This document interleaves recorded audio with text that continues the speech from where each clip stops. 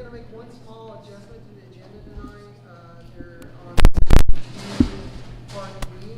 We're going to move that up to the front. We just need to vote on the meeting minutes real fast. I don't think I'll take a second, but I want everybody to know that he is moving to A. So let's do the approval of the minutes. Has everybody had a chance to look at those? Does anybody have any comments to add, changes, inconsistencies that we need to note? Can I get a approval, motion to Sure, I motion to approve last minutes. all in favor?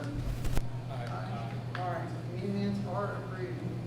Okay, we're gonna have the update on the community liaison program with the Sergeant Burdell and Alma Atkins from the Shiloh Neighborhood Association. Hi, Hi. I'm Sergeant Barrell, Joshua Barrell with the Asheville Police Department, and this is Alma Atkins as well. She's here to represent the Shiloh Community Center. You want me If to you'll go up? step up, yeah, just wait. Okay. Thank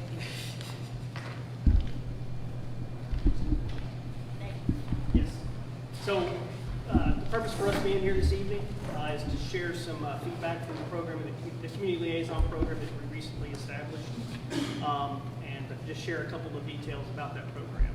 So as far as the way the program works, we have now established somebody from command staff that actually comes to a lot of the meetings with us and participates in some of the same community events that we as community resource officers attended previously. So I recently promoted to sergeant, which I am now part of the downtown unit.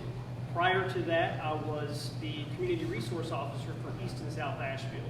So I have the most recent and up-to-date contact with Ms. Atkins and their group here at the Shiloh Center.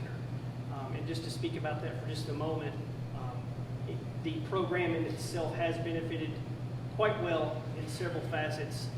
One, most specifically, is what we've been dealing with most recently, which is the transitional period for several promotions and reassignments that have occurred. So, in essence, we have a lieutenant that's now over this district, which is no longer Lieutenant Brown. It used to be Lieutenant Jonathan Brown. It has now evolved to Lieutenant Mike McClanahan, who's sitting in the back there, along with some of the district sergeants. Along with that transition period, I have been reassigned away from my area as well as community resource officer. And that was after Lieutenant Brown vacated his position as the Baker District Commander. So if you can follow me here and understand all the transitions, you will understand the importance of having him, although he is part of a different section now, still as a community liaison for this area. So the benefit that has is communication. That alone has been a huge, huge benefit for me as a CRO, a community resource officer, as well as moving forward as a downtown night sergeant. I can still convey some of those messages from Alma and the ladies that are on the board here as well, to continue that communication with ongoing issues, most recently with the Hampton Street area that we've dealt with and still are dealing with, as well as the Brooklyn Road area that we worked very diligently on right before I vacated this area. So, but I'll also allow Ms. Atkins to speak for a moment. Hello, my name is Alma Atkins, and I am the liaison for the Shiloh Community Association. I live at 207 Rock Hill Road, just across the highway. And one of the things that I want to let you know is that I have been an active member with the association since 2012. And the three areas that I want to really lift up before you as what we as an association and as individual community members has seen with working with our resource officer. These are the things that we see that has been most beneficial to our community, and we feel that will be beneficial to any community. One, the increased visibility.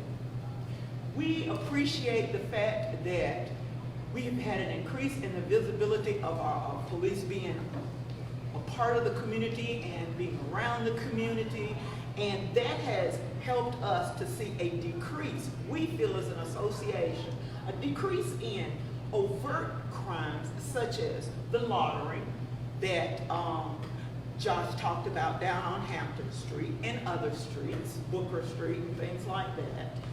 Illegal parking. We have a bad issue with, because we have the city buses that come on our streets, of people parking on either side of the road, and nobody can get down and nobody can get up. Well, when we're able to bring those kind of issues to the table with our community resource officer, they in turn go in and they start working on those things for us and let us know what can be achieved by the law, and then what we can do as an association by knocking on a few doors and letting them know how this is clogging up transportation in our community. Also, the decrease in the drug activity in public.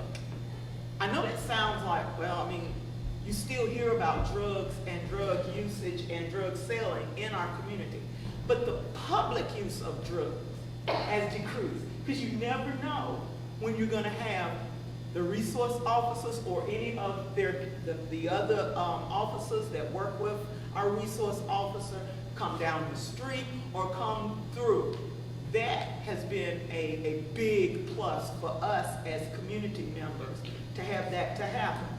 Then about community engagement.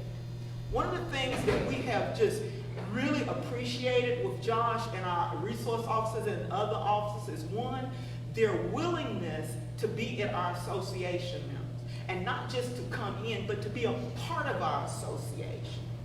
And when I say a part of our association, they come in, they take any needs that we have from the floor, plus they relay information about what has gone on in our community while we were sleeping.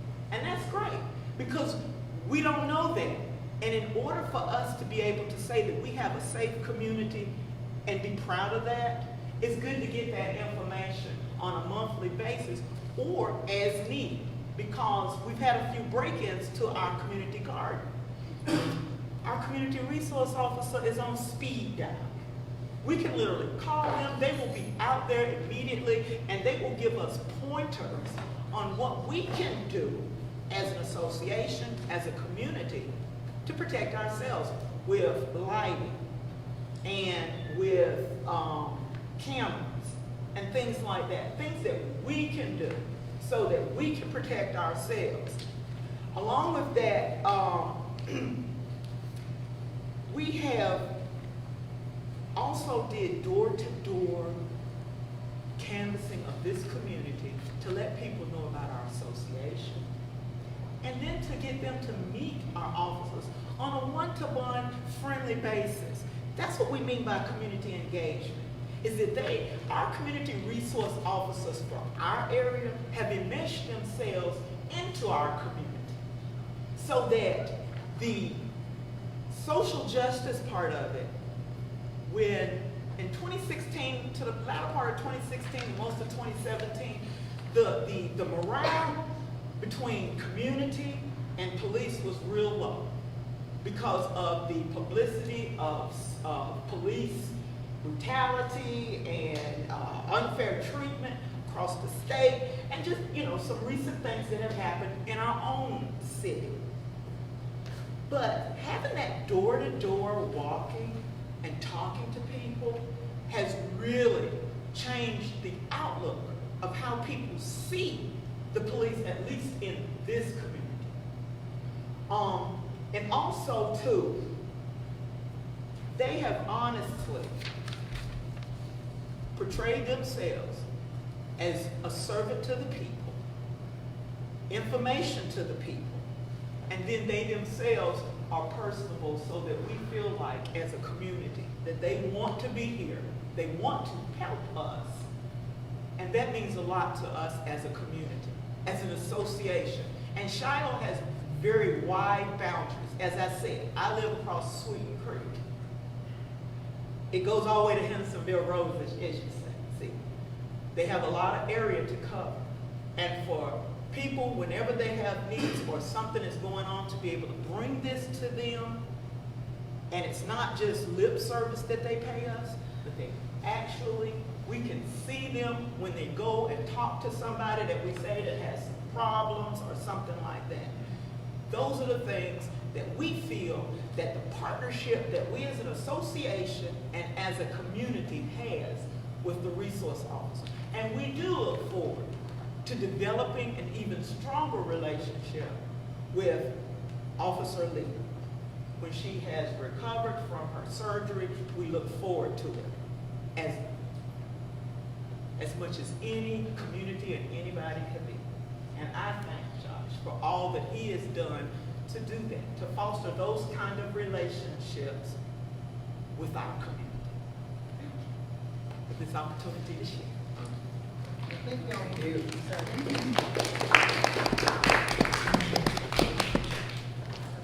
It's always good to hear when we see something working well in the community. So I think a lot of us have been looking forward to that for a long time in the city and at CPAC meetings.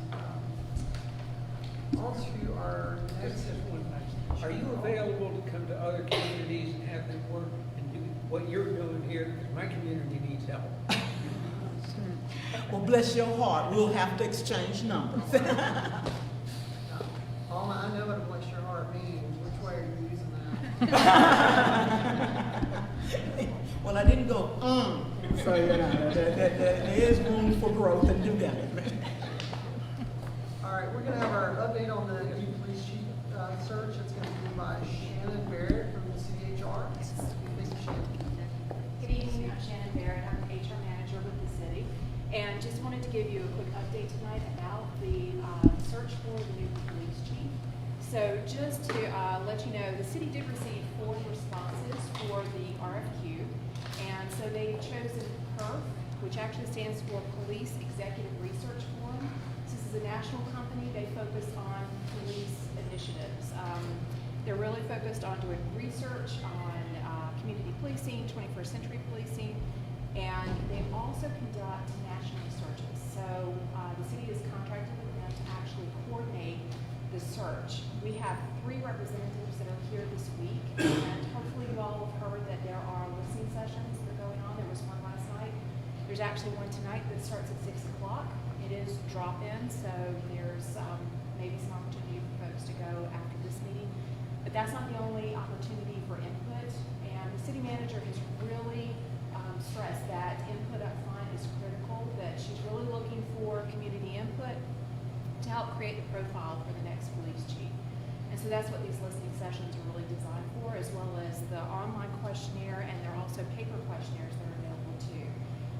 But we did get some feedback last night, and based on the feedback from citizens that attended the Wesley Grant meeting, the city manager has decided to extend the deadline for collecting information to March 1st, so we've got some more time. And so if you all know of meetings or community groups that would be interested in participating, we would love to get folks out to interact with them, to talk with them, and get some input. So let me know, let anybody that's a City of Asheville staff member know, and we'll coordinate that. But again, we really do want to get as much input up front as possible. And then the goal is to have a selection made in a late spring. So moving the process along. Shannon, I have a question. Just so everybody knows, the meeting is at the Stevens Lee Recreation Center tonight, and it's from 6 to 7:30. So if we finish and you can make it, without getting a speeding ticket, because we have a lot of law enforcement over here. But if you can make it, definitely please try to make it. The meeting last night was not well attended. There was actually some articles written up about that. There's a lot of reasons I thought were very valid about why the attendance was low. But I would encourage people to go to online, do the paper record.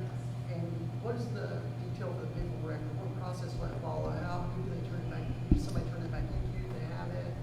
There are a number of different, I think the rec centers will have paper copies, and there are a number of different locations around town that paper copies are available. And so just like doing the online, they will fill it out and then turn it back in, and everything will be collected and then sort of synthesized for the city manager. So Where would they turn it back into then? I believe they would turn it back into the facility that they picked them up from, or they could certainly